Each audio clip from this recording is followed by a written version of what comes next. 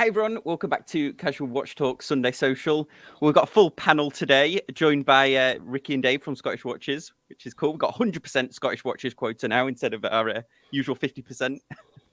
35%. Yeah. He's a little bit shorter than me. We only give 80% maximum. Yeah. Should we kick it off with a wristwatch check? Seiko Todd, do you want to go first, and we'll go along the bottom then? Alrighty. So in honor of, I have different watches with me today that represent maybe the different categories, but on my wrist today, I've been putting this on a lot more, is the Mont Blanc Nicholas Ryasek. Almost had it in focus there. I'm slowly learning here. Almost got it. Dang nabbit. Nicholas Ryasek GMT monopusher chronograph with an in-house movement. So there you go. Hey, maybe I put it out. There we go. I can at least get it out to there. So, Awesome. Yep. Cool watch that. Thank you. Very pertinent. Ricky, do you mind going next? What are you wearing?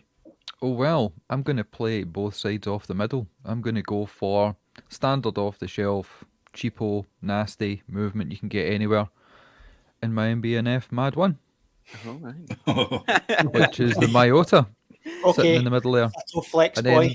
then flip over to the in-house Tourbillon from Mirage, Oh, lovely. both independents. Yep. Awesome. Very pertinent for the show today.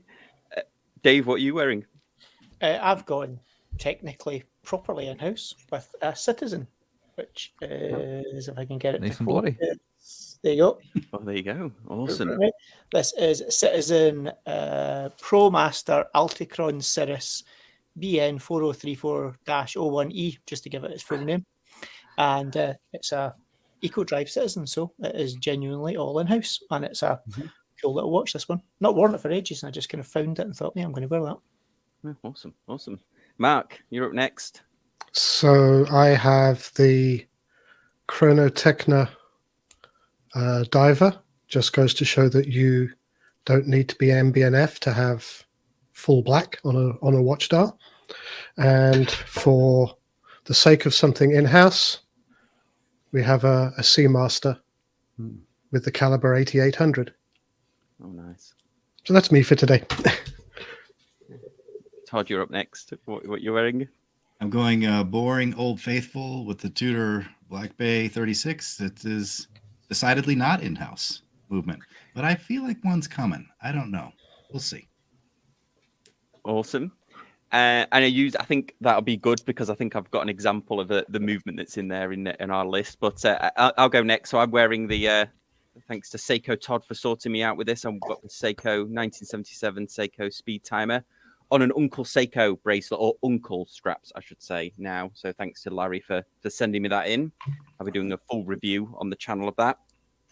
Okay, well, let's just jump back here. I'll exit my solo. So today's subject is in-house movements, because I think there's a massive grey area when it comes to in-house movements. Are they good? Are they bad? Are they worth it? Are they not? But I think to start with, I came up with some definitions, I think, of what in-house could possibly mean, even though it actually only ever means one thing. But I thought we could go through it as a panel. So I picked, these are the possible in-house movements. So I was thinking totally in-house designed, developed and built. So I'm thinking Citizen for that one and Seiko. And then in-house designed, manufactured by a third party. So I was thinking of Kinesi for that one. Oris, yeah. And then in-house by parent company. So ETA, so Hamilton would be an example of that amongst the other Swatch brands. And then in-house by investment, which I'm also picking Kinesi as well, because they were partially, invested in by Tudor and a few other brands as well. And then the most controversial one, which is in-house modified, which I think a lot of companies have got in a little bit of trouble with, but that's where they take an off-the-shelf movement and then modify it. And I was thinking of Tag and their Seiko controversy. So I don't know what everyone thinks of that. Is there any that I've missed? The one where somebody partners up with a company, gets a movement produced by them specifically, and then says it's in-house, even though it's completely made by somebody else, designed by somebody else, but to specification. like Singer Reimagined sometimes might do. Like a British brand get into a lot of trouble for doing. Don't know what you mean. No idea. Heard of that one, Dave? Never heard of that one at all. Never heard of it. Any others that I've missed there? I was trying to think of all the possible permutations of what people have referred to as in-house before. How about in-house modified? Does that cover etching a rotor with your logo? People Great seem to get away question. with that one as well. It Yeah. does for some companies. That counts. You've also I guess you have got some realistic ones that you could classify as hybrid in-house, where they have genuinely designed a fair chunk of a movement that wants to do something quite original, but maybe borrowed, say, drive chain technology or mainspring technology from an already established design. So, it's a hybrid of sorts, because it doesn't exist per se without the bit of work they've done. It's all about wording and clarity of what it is, isn't it? Yeah, And I guess putting a module onto a Solita or an ETA would count as in-house modified.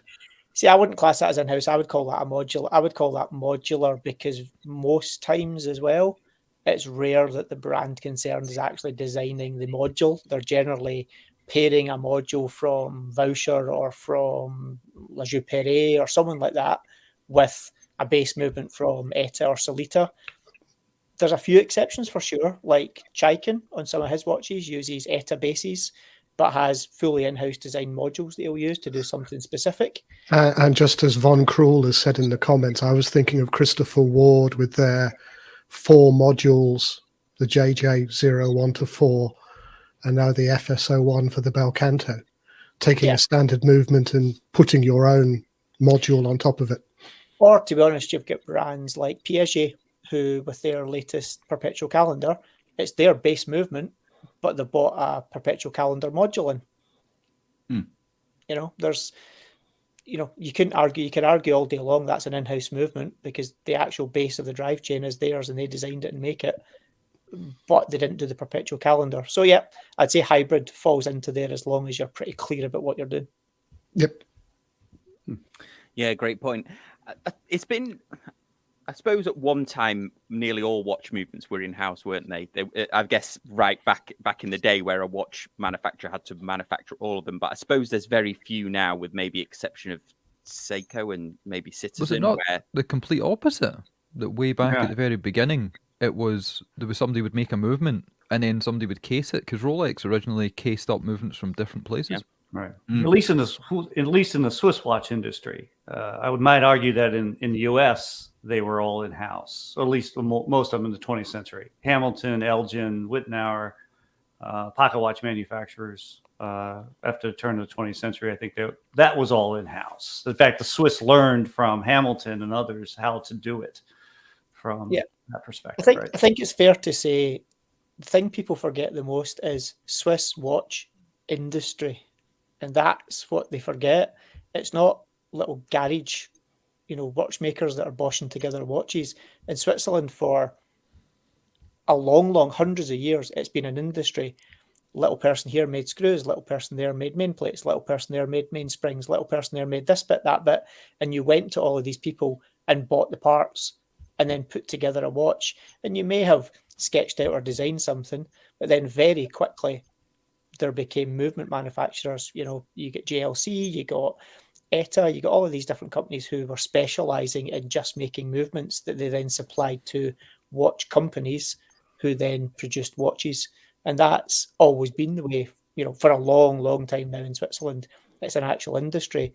Japan, Seiko arguably has probably got the largest current truly vertically integrated manufacturing. Rolex, yes, they are, but they've done it differently. They acquired suppliers to allow themselves to be vertically integrated. Seiko didn't have much option but to do it that way from the start because they didn't really get access to the club, so to speak. Therefore, if you want to do it yourself. I think you can argue at the very beginning of what we think of as modern watchmaking, in the 18th century, then everything was in-house because there were only like 10 watchmakers in the world and you had to be. Yeah, I was going too far back. but then if DeLorean, I you dialed it back too far. if you move to the start of the 20th century, and for most of the 20th century, it's been watchmakers made designed and had cases and dials, but bought the movement because movement makers were better at making movements than they were. It's only when you get to 1990s, the 2000s, and the ETA earthquake that we've seen a real renaissance of in-house movements across the board. Yeah, I mean, I think the modern day in-house movement thing, which is really realistically probably only the last 15 years, 20 years at the most, like I was going to say, is more a way of some of these brands marking themselves out as having the parts of the competency as premium watchmakers. Look what we can do. We have the engineering prowess and the technologies and the wherewithal to actually design a movement and not just use something which allows them, let's be honest, to charge you 5 figures for a watch, which is kind of what they have to do because they make real small numbers. And if you want to have a viable business, you need to sell. If you're not going to sell many watches, you need to make sure you make plenty of money each watch you sell. And that's what they do. And the big sales pitch is, we did it all ourselves. That's why Moser, MB&F, Chapek, all of these brands, that's why they are what they are, because they've got these kind of, look what we can do. But you could argue by some of your definitions, even most of those brands aren't truly in-house. They might have a engineering department who engineer up a movement, but most of them don't actually physically make the parts because they don't have an engineering workshop with 10 CNC machines because they can't physically afford to do that. It would be stupid. That would be commercial suicide for them. So they go to commercial industrial manufacturing partners to make those parts for them, albeit to their spec, which is actually the clever way to do it. That's the way you should do it. If you're running a business properly, yeah. I mean, can you imagine the investment required to develop your own alloys for a mainspring or a balance spring? You're not going to do it. There are people who already do that extremely well. So why should you? It's also a scalability issue. You could argue Rolex are doing it wrong if it wasn't for the fact that they are one of the, arguably the biggest name in watches, and they're certainly one of the biggest names globally in commercial goods. But outside of that, the way they're doing it is economically the wrong way to do it, because they don't have pullbacks that they can just suddenly say, actually, we don't want to do that. They own the whole structure, so they have to keep it busy to make it actually pay the bills. When you've got that many CNC machines and engineering workshops and all of these things, they can't sit idle. They have to run. Yeah, they have to run. Therefore, you have to be pretty damn sure that you're making the stuff. Tell me one car company that makes the parts that get in their cars or their engines. None of them. Literally none of them. Ford and GM or none of these companies, they don't go, oh yeah, we need a new electronic control module or a new brake caliper. They go to a supplier that makes those parts and makes it to their spec, or 9 times out of 10 doesn't. As one of the channels I follow on YouTube, the guy that buys written off supercars like Lamborghinis and Porsches and then basically tries to put them back together as good Matt as Armstrong. Yeah, he's a genius, because like the one that he saw recently was he was laughing. I can't remember what car it was, but this was the Lamborghini with the Forward intake manifold, I think, wasn't it? There was that, and there was another one. No, it was the GT3 had an Audi kill switch for the pyro deploy. That's right. Oh, there was so many of them, and I think he just found some ultra high spec diesel Range Rover recently, and he found a part on it, and they wanted like thousands of pounds for this part. It turns out it was a part off of a Citroen Berlingo. And literally it still had the Citroen, the Peugeot and the Talbot. The part was that old. Oh dear. Talbots who haven't been in business for the best part of 30 years. And this part was still the part they used. So, Do you remember there was a Lambo that the headlight was made by somebody else, and they actually made a little surround to go round the headlight so you couldn't see the bit on the headlight that had their name on it. Exactly. So, that's how watch companies do it right. If you want to get that middle scale and you want to have that flexibility and you want to actually do it in a way that's sensible, that's the way you do it. Yeah, we got a couple of questions coming in. Somebody said, did he just say that in-house movements are only going to be a temporary thing? I don't think we did, but anyway, just says that is absolutely not true. I think the future is in-house movements more and more. I don't know who he's meaning by who said that, but I don't think any of us said that. But No. I don't think it's a temporary thing. I think it's a feature of how the watch industry has changed, that you don't just have these, for want of a better phrase, high street brands, and I include Rolex in that, brands that you can get in any town and city, relatively speaking, but you can go and get them.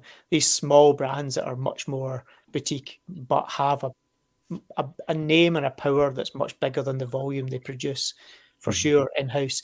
And it's a way that most of the brands are trying to differentiate themselves now. It's seen as a bit of a badge of honor. The $1 million question is that a good thing? Depends how well designed the movement is, and it depends who makes it, and it depends if it stands the test of time.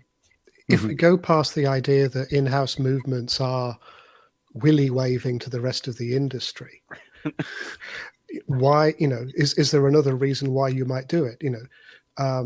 If you have something that you want that you can't buy off the shelf, you might do it, or you might find a partner to help you do it. But what are the other reasons a watch brand might do it?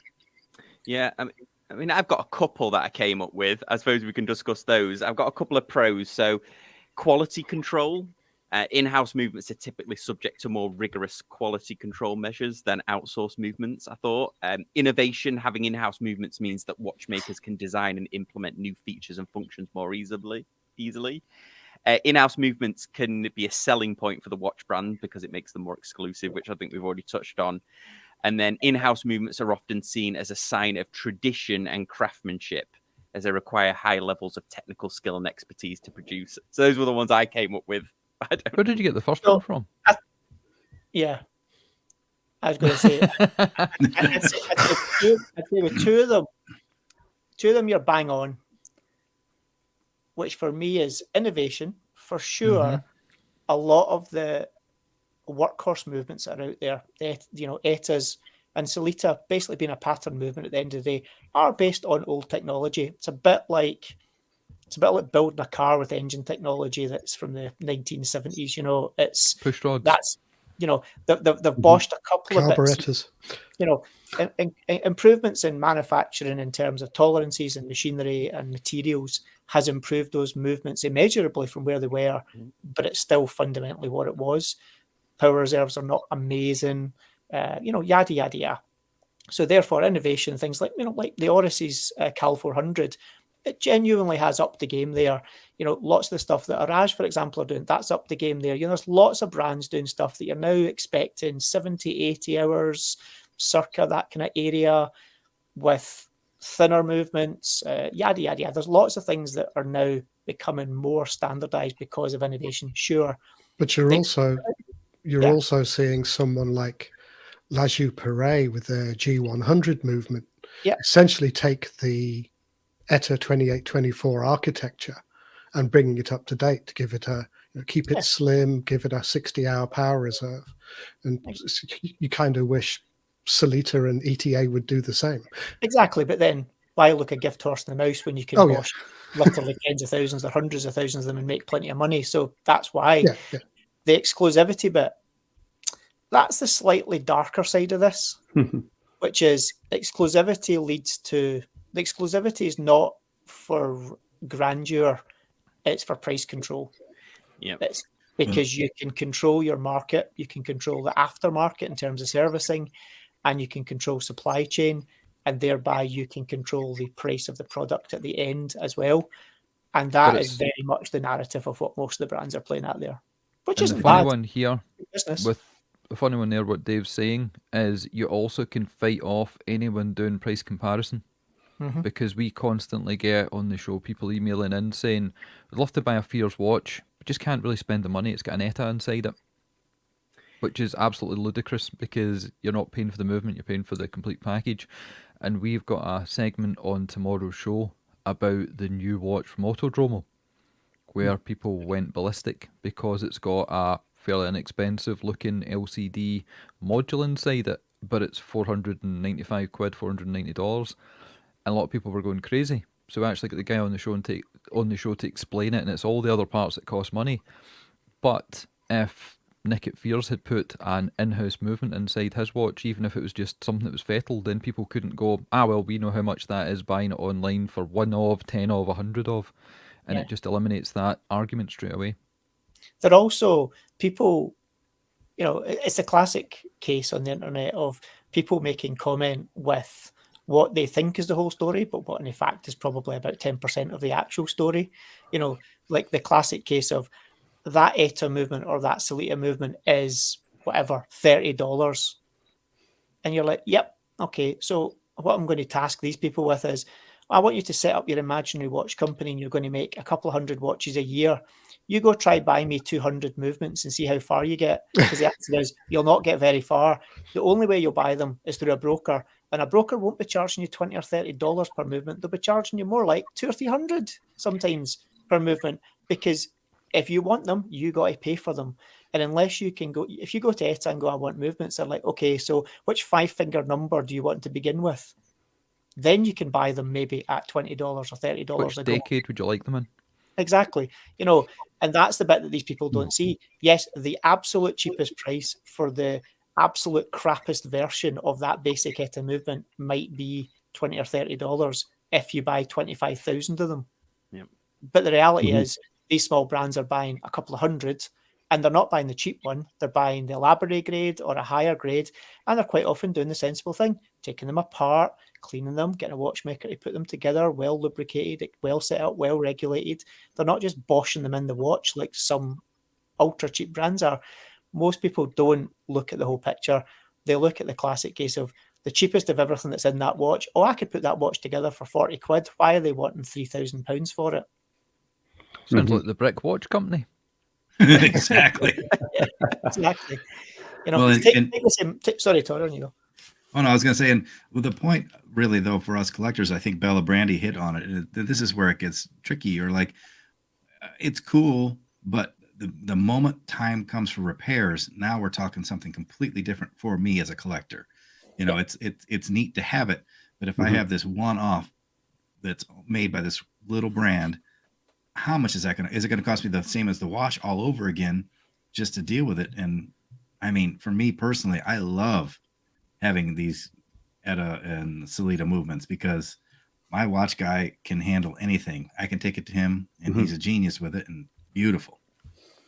Yeah, Well, that's a good thing because when we had Ken Kessler on the show, and he's renowned as being a journalist, automotive, audiophile, and watches. He's in his 70s, been in the game for decades.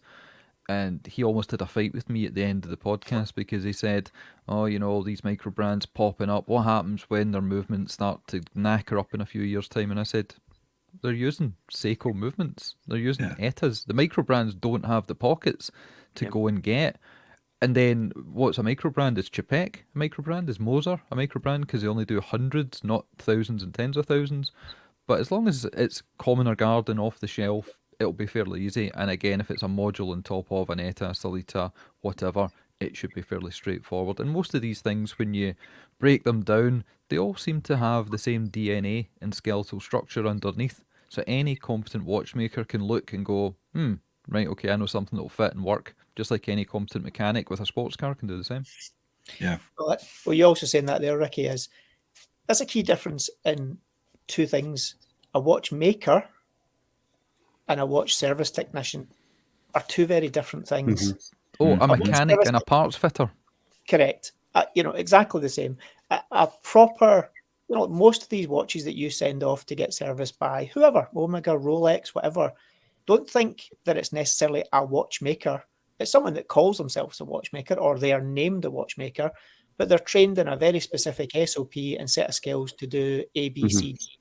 I heard a fun story about the Omega/Swatch servicing in the US. So Omega only have a service department in Seattle. Swatch Group have a service department in Secaucus in New Jersey. And that's a huge department. And if you can only service one brand, you sit at the back. And the closer you are to the windows, the more watches and the more skilled you are. There's a sort of precedence there, because if they're going to let you put your hands on a Breguet, you'd better know what you're doing. Whereas if it's a Hamilton, they're just going to throw the movement out. Well, I mean that's the case, and like that point you made, it's absolutely true. Omega have watchmakers in their key boutiques, and if you've got certain watches, those watchmakers will look at those watches. They'll not send them to the service center, and they'll kind of look at you and do this when there's a suggestion about going to the service center, and they're like, just leave that with me. But back to the kind of point of a watchmaker is, it doesn't matter whether it's an ETA or an in-house movement or whatever, they're just made up of bits. It's quite simple. They're made up of bits that are machined or bits that are made on CNC machines or lathed. A very, very skilled, competent watchmaker can pretty much make whatever you want. They might need access to the machinery to do it, but don't think they can't do it. So, these bits, if you knacker a bit and that brand made it in-house and they've gone bust or don't exist anymore, that can still be revived. It just depends how much you want to pay to get it done. Yeah. Well, yeah, along your point, Dave. So what would you call this? This is I've shown it before. This is my Bucherer. It's a heritage chronograph with an annual calendar module. So it's I believe it's a 2894 base that they redo, and then they put a Depuis de Poix annual calendar chronograph module on top. And so it has the same amount of jewels, like let's say as a Speedy reduced as an example, that sort of thing, because that's a module based watch too. But if I need to get this fixed, I think the only place I go to is Bucherer. I don't think anybody's going to mess with this DD module, annual calendar DD module on top of it. So what is this? This is like a hybrid of some sort, perhaps. I'm not quite certain how you classify this one. Realistically, that's it's a cool watch, and I mean, actually, what you've described there is pretty much exactly about the Piaget that we talk about in tomorrow's episode. Yeah, that's their base movement with a Depuis de Poix annual calendar movement in it. Right. Whereas that one is, I think, an ETA base, isn't it, with a Depuis de Poix movement on it. Mm-hmm. The reality is, any good competent watchmaker can work in that watch. The question is, do they want to? And do they want the hassle and the grief of having to deal with it relative to the expectations of what someone owning that watch would expect to pay for it? That's the different question. There's plenty of watchmakers, private watchmakers out there who will quite happily service it. You just pay through the nose to get them to do it. Right. I think, though, in this case, this is a fairly new watch and it's got a 7-year warranty. So I'm not too worried about it in the immediate future. But at some point, assuming I still have it, I think I would send this back to Bucherer. Because they're a small outfit, I think that they would do it right, as opposed to take the risk of, an independent watchmaker with that type of module, that sort of thing. Whereas, going to your point, so here's a Moonwatch, right? Here's 1861 movement. This is not the coaxial. This is the one right before that. I think any reasonable jeweler, watchmaker could repair this movement. I mean, it's a fairly simple. I think it's 17 joules, I believe. It's a fairly simple movement, even though it's quote unquote in-house, although you might argue that based upon its original design back in the 321 days. But that I would almost take to maybe a jeweler. I don't think I'd send that to the Omega service center necessarily. I don't know. Yeah, this interesting point. When I had my Omega Moonwatch, I actually took it to a jeweler and they wouldn't service it because they said the parts weren't available for it. And I don't know whether Omega at that time, because ETA went through a funny period, didn't it, of supplying parts, I think, or supplying movements. They got restricted by it. So I wonder whether that is true in reality, whether you could get an Omega service to any watchmaker or whether the specialist parts are just not available. This was one example. But there's a comment actually there by Von Krul, who's basically saying that. He said, yes, you can make the parts, but what it matters to him is whether or not replacement parts are available to purchase. Yeah. And yes, he's right, but the reality is more and more brands now are restricting the supply of parts. And there's two reasons for sure. One is because they can. And basically, if you restrict supply, you drive business and service towards your own service centers, therefore profit centers. Absolutely fine. That's business. Albeit in Europe, that's pretty difficult. Like there is statutes in that say, within reason, parts have to be made available to the wider market. I mean, Apple's fallen foul of that recently with their right to repair and all of these kind of things as well. But the other big reason is they don't just make it open to anybody, because frankly, if they've just sold someone a $7,000, $10,000 watch, and they make those parts available to anyone who professes to be, quote, a watchmaker, and they go in and they F it up royally, which is likely what will happen because these movements are getting more and more technical. Who do you think really gets the bad name? Because it's generally the brand. It's not generally the person that made the mess of it. Yep. And that's the problem, is they don't want that grief. They want to make sure whoever goes in and touches it and gets the parts are qualified. And Omega will supply parts to watchmakers who make the time and an investment in training themselves through the official training programs to be certified. It's just that a lot of the watchmakers don't want to, or the companies don't want to, because it's one, expensive, and two, time consuming, and those employees are out the business being trained. And sadly, a lot of businesses aren't interested in actually investing in staff that way because they just don't want to spend the money. Yeah, I worked for an Apple reseller. Sorry, Todd. I worked for an Apple reseller years and years ago, and at that time, it was when Apple were really stingy with the parts, and you would have to send the damaged part to get the replacement. So they would constantly have to keep a stock of it. And to your point about them being part swappers, I remember the one time, I think in the 4 years that I worked there, I saw a soldering iron fired up once, and the rest of it was just open the packet, throw the new part in. It wasn't real like engineering involved, but I know they've got better now with the right to repair stuff. Listen to tomorrow's podcast for an interesting story about Apple and some wires. Looking forward to it. The Dave makes a point that made me nervous actually, and why I'm really on the Sellita Etta bandwagon is that I had a minor issue with my Tudor Heritage, the 41. The bezel popped off, and I thought, oh man, I should be able to do the AD. It's a roll. They have 2 Rolex certified repair people on site, and when I brought it to him, he said, "This is a newer Tudor. They don't even send us the parts now.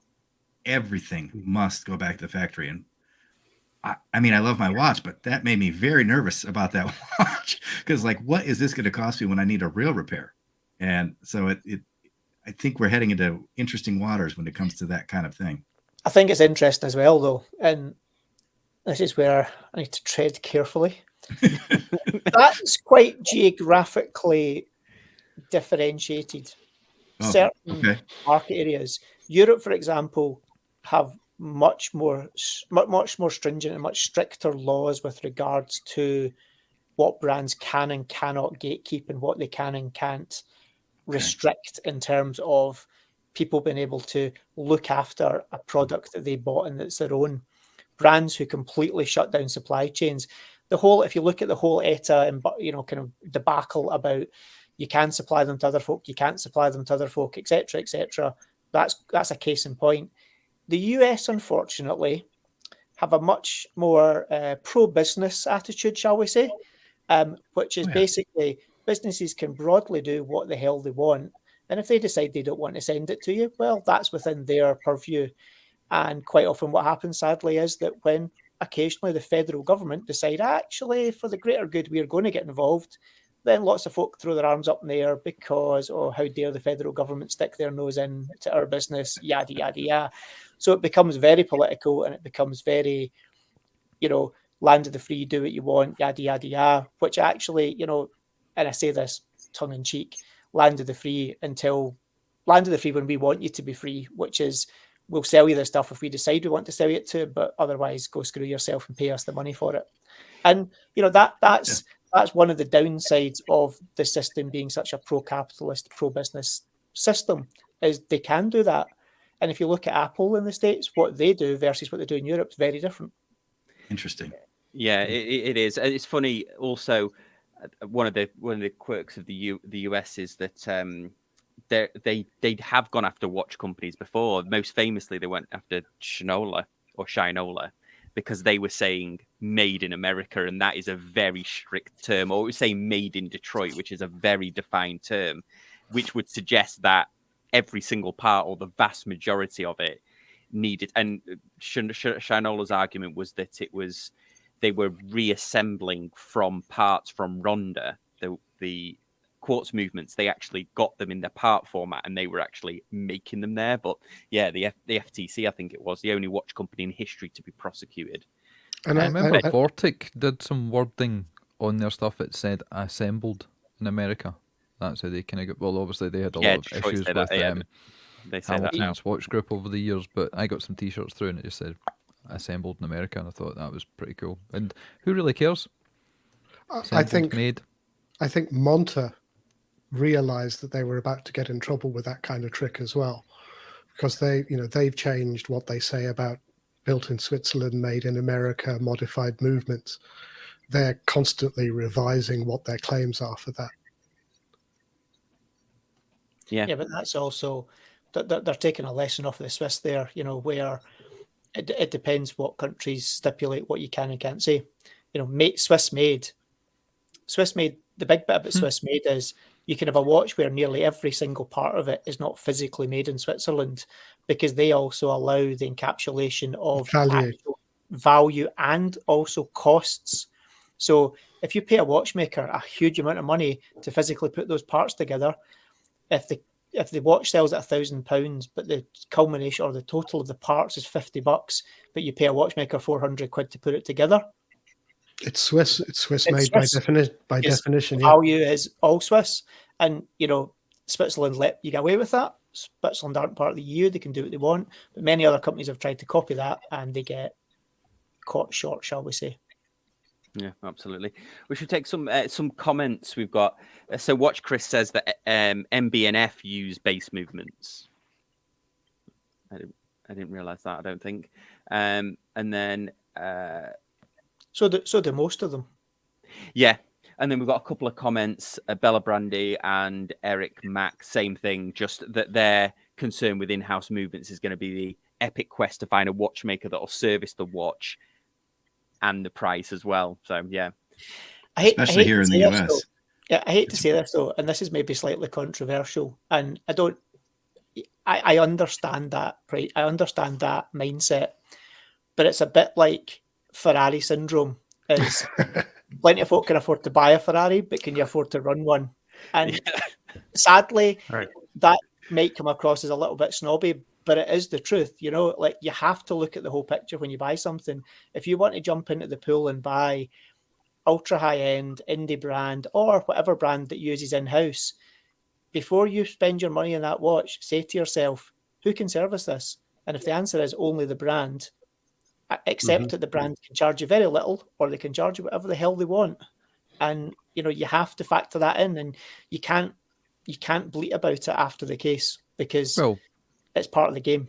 Remember 20 years ago, it wasn't Ferrari syndrome, it was cheap Subaru Impreza syndrome. Yeah. Then it goes pop, and then it's an expensive Subaru at that point. Yeah. Yep. I think, is it Tim from Caseback Watches? He called it the service mafia. I'm not sure he was the only one to call it but he's the one I remember. You see, I also have some sympathy there. And watchmakers are a bit like proper car mechanics or proper bike mechanics, or anyone who's trained in a highly skilled but undervalued profession. Is people have an expectation of, well, it didn't take you that long. How come you're charging me so much? And the reality is, because I can do it and you can't. Exactly. And that's the reality of it, And it's like, don't moan about how much a watch service costs. If you want to moan that much about it, go and train yourself to do it. Because aside from the fact it's quite expensive and it takes a long time, most of you will never be able to do it because it's hard. Yeah. It took me 20 years to do it in under 10 minutes.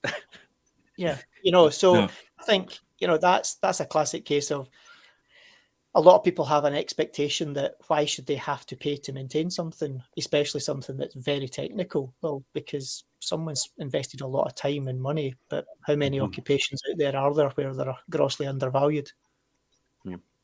Yeah, you touched on this. Is an analogy I said before, because I had a friend who worked at a BMW dealer, and here in the US you can get a BMW used cheap. But his answer, his story to always is, if you can't afford a new BMW, you can't afford a used BMW. You definitely can't afford a used one. The repairs are just very expensive. That it's really that thought process has affected the way my watch journey goes, because I really think about, okay, well, I love watches and I love the game, but like you said, I'm not prepared for that $2,000 watch repair. I want to just enjoy my watches. Yeah, I paid $12,000 for my Mini, but it cost me 24. Yeah, During its yeah, life. yeah. Yeah. So that's one of the things that worries me. I'm getting my dad's Saab. I'm inheriting his Saab. Oh. It's a 1999 Cabriolet Turbo 5-speed with 280,000 original miles on it. Because he was the original Is that a owner, plane? and it works beautifully. But I'm worried if what goes wrong, because you can't get the parts. Yeah. Unless it's from an old Saab, pretty much, or unless it's common to something else Sweden was making or buying from or what have you. Like I just replaced the upper and lower control arms on it and a couple other things, and those are available. The disc brakes are available, but there's a couple pieces in there that aren't, that they have to be specially done. And You see, it's You'll funny. be fine. Exactly. What's that DeLorean, gonna you can cost get new me? bits for DeLoreans. I know. You see, isn't it funny how it is a mindset Yeah. thing? Like you said, that car's done what, like a third of a million miles, something like that, nearly 200. What did you say? 230. I think. 280,000. Oh, 280. 200. Wow. Yeah, so I have a 280 on. kick in the backside. But it's of, only kilometres, don't worry about it, Dave. It's not miles. It's kilometers, right?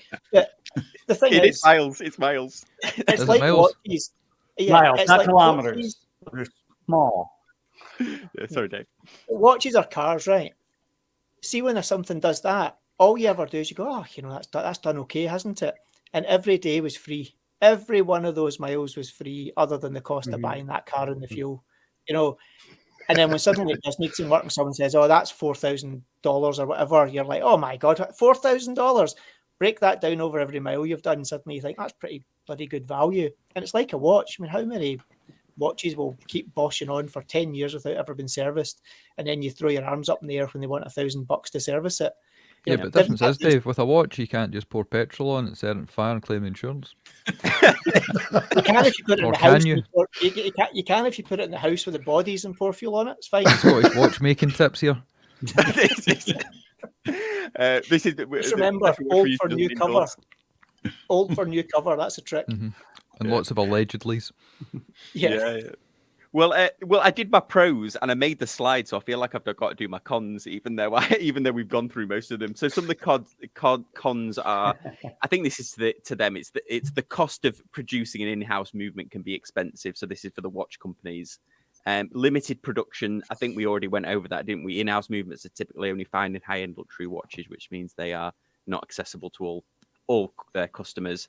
And then developing an in-house movement is a risky proposition for a watch brand, as there is no guarantee that they'll be successful or received by customers. And then also said supply chain issues. But the third one on that is an interesting one, isn't it? Because in-house doesn't necessarily mean better, does it? I think there's this assumption that in-house means better, but I think you could probably argue one of the, I'll say biggest, but one of the most mainstream, that's a better word, one of the most mainstream brands that has gone down this whole in-house route is Oris. In terms of, they put a Caliber 400 out, they very much played certainly in the UK, it was broadly just shy of 2,000 through to about £3,500. And they wanted to do in-house. They wanted to do in-house for a couple of reasons. One is a bit more control over the supply chain, but they also wanted to push up their individual selling price point. They wanted to be able to have something of added value and push up their average price point, which they've managed to do. But it's taken them 2 or 3 years to establish that movement with any degree of sales change between their Solita-based watches and those watches. And it's not been without the problems. They didn't sketch up a watch, sketch up a movement, get someone to make it, bosh it in watches, and Bob's your uncle, happy days. There's been a huge amount of R&D behind it. It was many years in the making. It was a huge amount of financial investment. And even the early watches had little issues. But, the thing is, yes, folk moaned about them, but relatively speaking, it wasn't that big an issue. It was fixed, and they've come up with a an elegant engineering solution of reducing tolerances to make it better, which is hilarious. It's like watchmaking's all about the tolerances, so actually make them worse and it solves the problem, because the problem wasn't actually a problem, but it was a problem because people thought, again, they knew more than the brand did, because, a little bit of information is dangerous. But you look at Omega, the early 8800 movements and the caliber 2500s that were the first coaxial that Yeah. went from version A to D before it worked properly, Yeah, reliably. but also the ones that there was never really a problem. All that happened is that when they went for service or warranty work, miraculously got a new movement for nothing, but didn't actually ever tell you that happened. But that is the danger. And when you make singles or tiny numbers of very high end movements, that's again different to what happens when you're trying to industrially mass produce a movement. That's difficult. Mass producing high quality, high precision items is not an easy task. Yeah. And Ricky, were you talking about this on Scottish Watches a couple of weeks ago about Harage, where if you send the watch in, they will actually upgrade it for you if they have improved the movement in that time? No, I never said that. I said that mine had a movement that was borrowed and had to go back. Right. And by the time it went back, they had a Gen 2. And that was what they had lying there, so that's what went in the watch.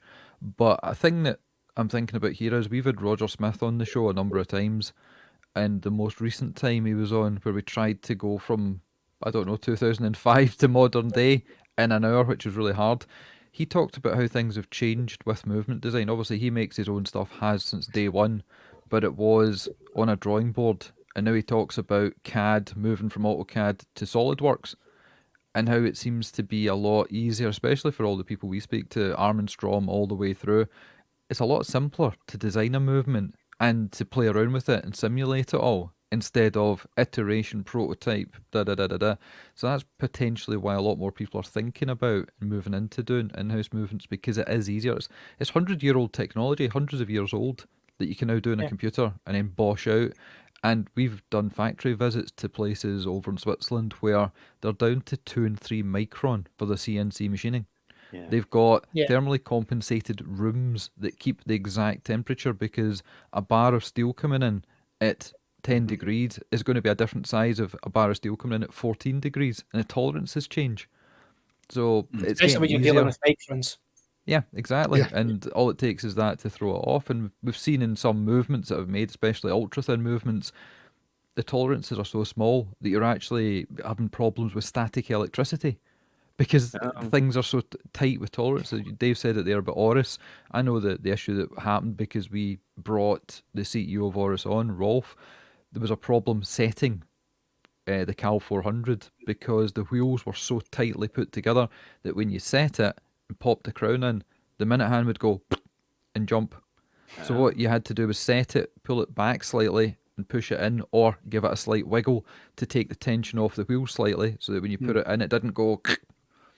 But it's all about tolerances, and Dave was right. You had to make it worse to make it better. And you had to remove tolerances, and like as Ricky says there, the tolerances. I remember we were being shown around a place which was actually a third party CNC, a third party CNC machine shop that made parts for the Swiss watch industry. But this company also makes things for the military, and also makes things for aviation, and also makes things for automotive, like high end motorsport, medical as well. And medical, that's right. And this guy just said honestly, he said they laugh because he said, like, he was showing us aviation bits, and he said this is like a book like this, like thousands of pages of SOP and testing protocols and parameters and da da da da da da.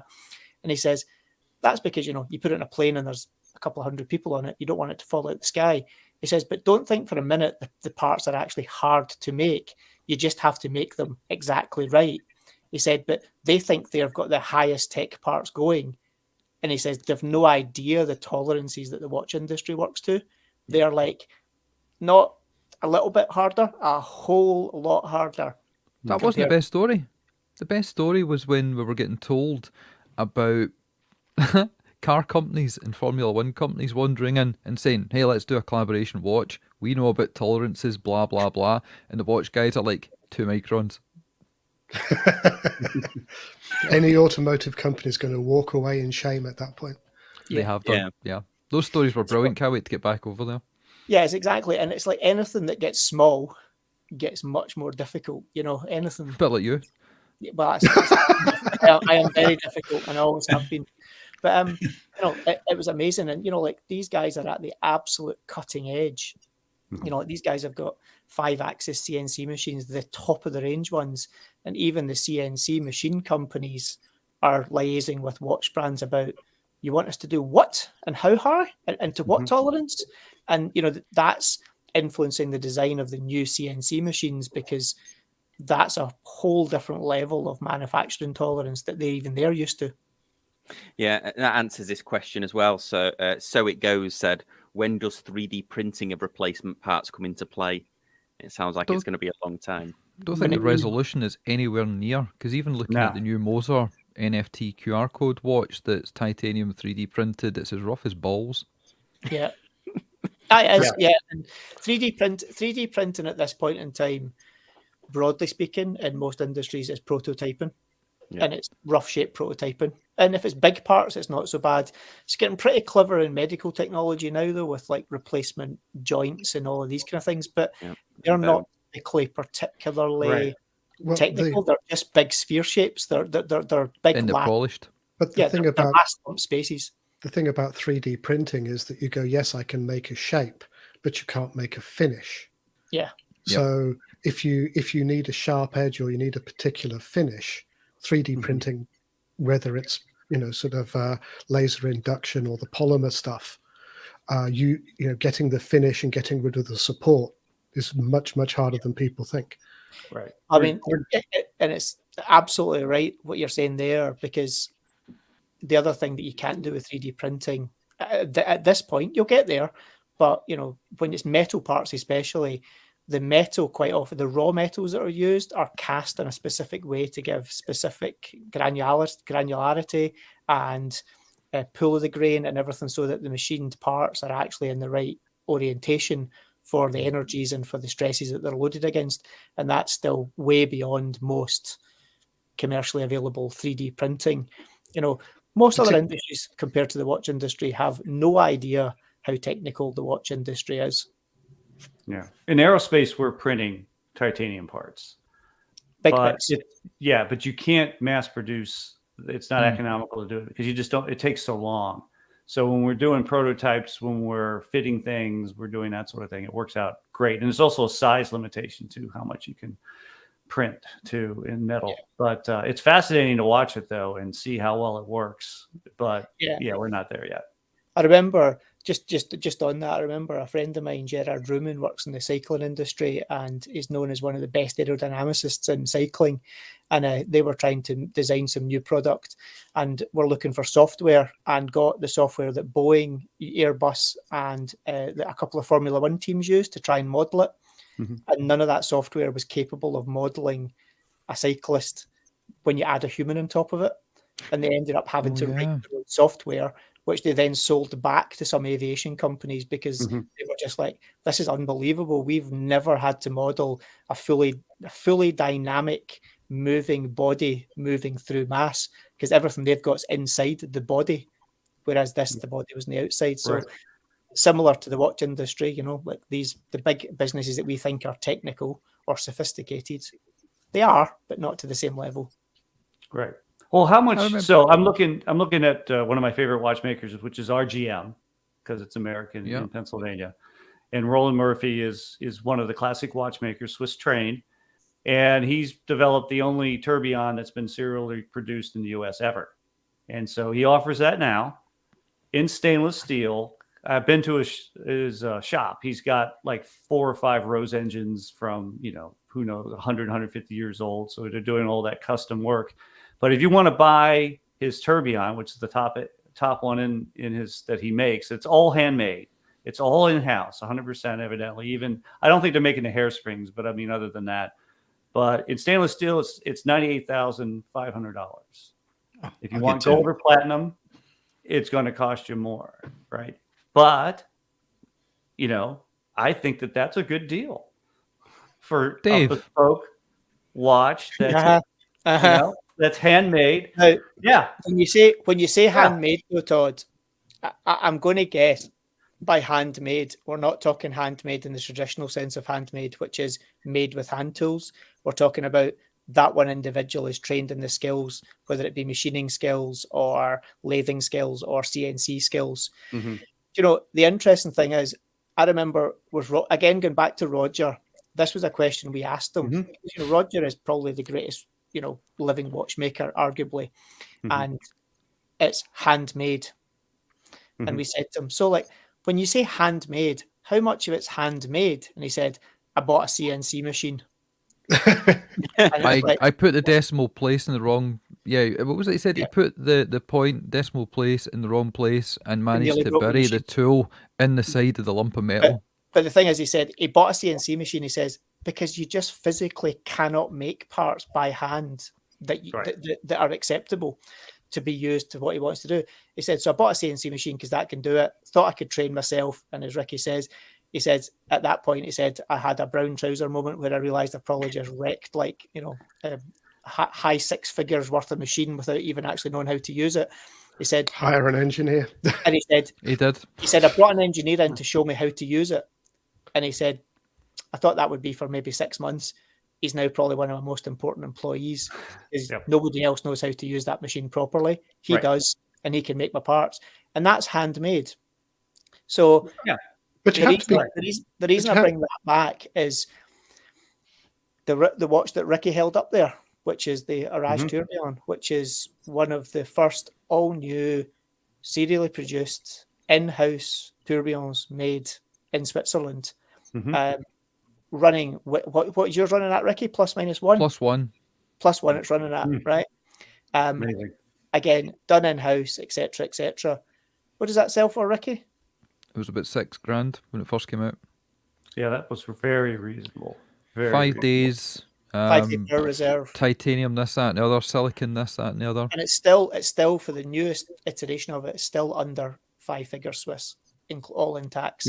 So it can absolutely be done, you know. And again, it depends where you lay. It's like watches, though. Where do you lay that artisan? You know, how much do you contribute to the artisanal nature of what you're buying? It's like leather goods, handbags, shoes. You can buy a really nice set of handmade shoes for a couple of $100, or you can buy a really nice handmade shoes for a couple of $1,000.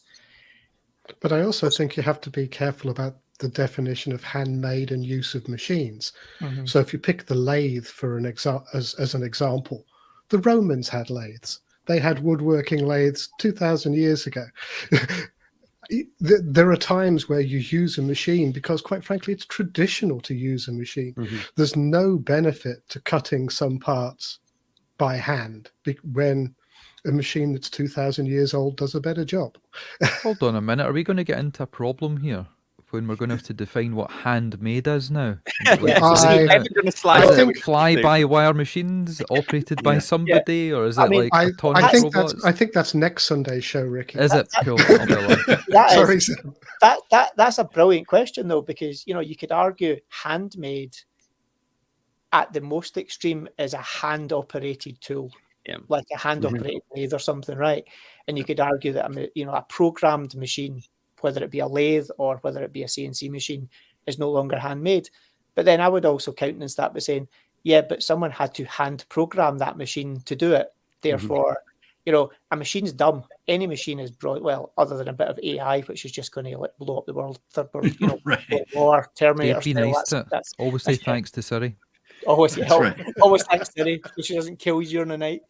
But, you have to have a human individual who has the skill set to hand operate that tool, albeit it's via a digital interface. I would still argue that's handmade. I would say Roger Smith stuff's handmade, and we had James 100%. Lamb on the show recently, and I was listening to him and how he would take a bit of metal and bend it round and then weld it and solder it and then do this and do that to make the case, and I'm thinking, that sounds handmade to me. So, yeah, just depends what your definition is, isn't it? Like you say, it could always be handmade as taking a lump of metal and a file in your hand and spending 4 years doing it all by hand, but nobody does that. I also think you have to be careful with the difference between handmade and hand finished, because I think those terms are used interchangeably sometimes. Where you Yeah. know, if you're talking about movements, I think it makes a difference. If you're talking about case finishing, I think it makes a difference. But I think people confuse somebody who's excellent at making hand finishing, making the dial look gorgeous. You're calling that handmade, where that's perhaps a stretch. Yeah. Fair enough. Well, I guess in summary here, I titled, what's the point of in-house watch movements? And I think I think it depends. We've talked about everything but the answer to that question. I think the answer to that question is to deepen the pockets of her Swiss watch industry. Yeah. Well, any final points on that? I haven't got any more slides, so we're all right. We're saved from the slides. I think I'd say my honest point says it's good if there's a solid, genuine reason for doing it, and that the resultant product is good quality, reliable, and brings something new to the party, more power reserve, more accuracy, whatever. Doing it for the sake of doing it and having a substandard product, I'd rather have an ETA or a Salita or a module. Thank you very much. Or trying to aim Or at a price Seiko. point. Yeah, trying to aim at a price point. Right. Get Dave's- vertically Dave's hit integrate on everything. I look at it as another as the automotive analogy too. I look at the real high end stuff like F1 cars. It could further and advance everything else that the rest of us get to use 10 or 20 years from now.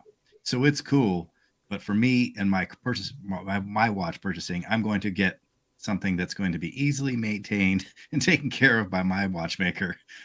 But it's very cool to watch the growth.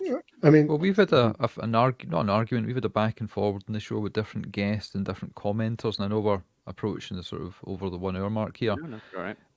And a thing that I've commented on and been rattled for is car makers, Dave said it right at the beginning, car makers don't make all the bits. Right. Porsche might make the engine, but they maybe don't make this part, that part. They certainly don't make the ECUs or the headlamps or this, that, and the other. But it's a Porsche car, and people love it. And people shouldn't be against the fact that inside the watch that I've got on the wrist here is a Miyota, or this $299 Zelos has got a Seiko inside it, because it's the sum of its parts. It's not just the one bit. And that goes right the way back to the Autodromo story that we've got tomorrow, where everybody loves everything about it apart from the module, and then they're giving them shit for it. Yeah, that's a great point to end with. Awesome. Well, thanks, everyone. Thanks for everyone being so active in the comments, and thanks to the panel. Thanks for joining. thank you. Awesome. Thank We'll you. see you next time on Casual Watch Talk Live. Thanks, everyone. Bye. Have a good one. Right. Take care.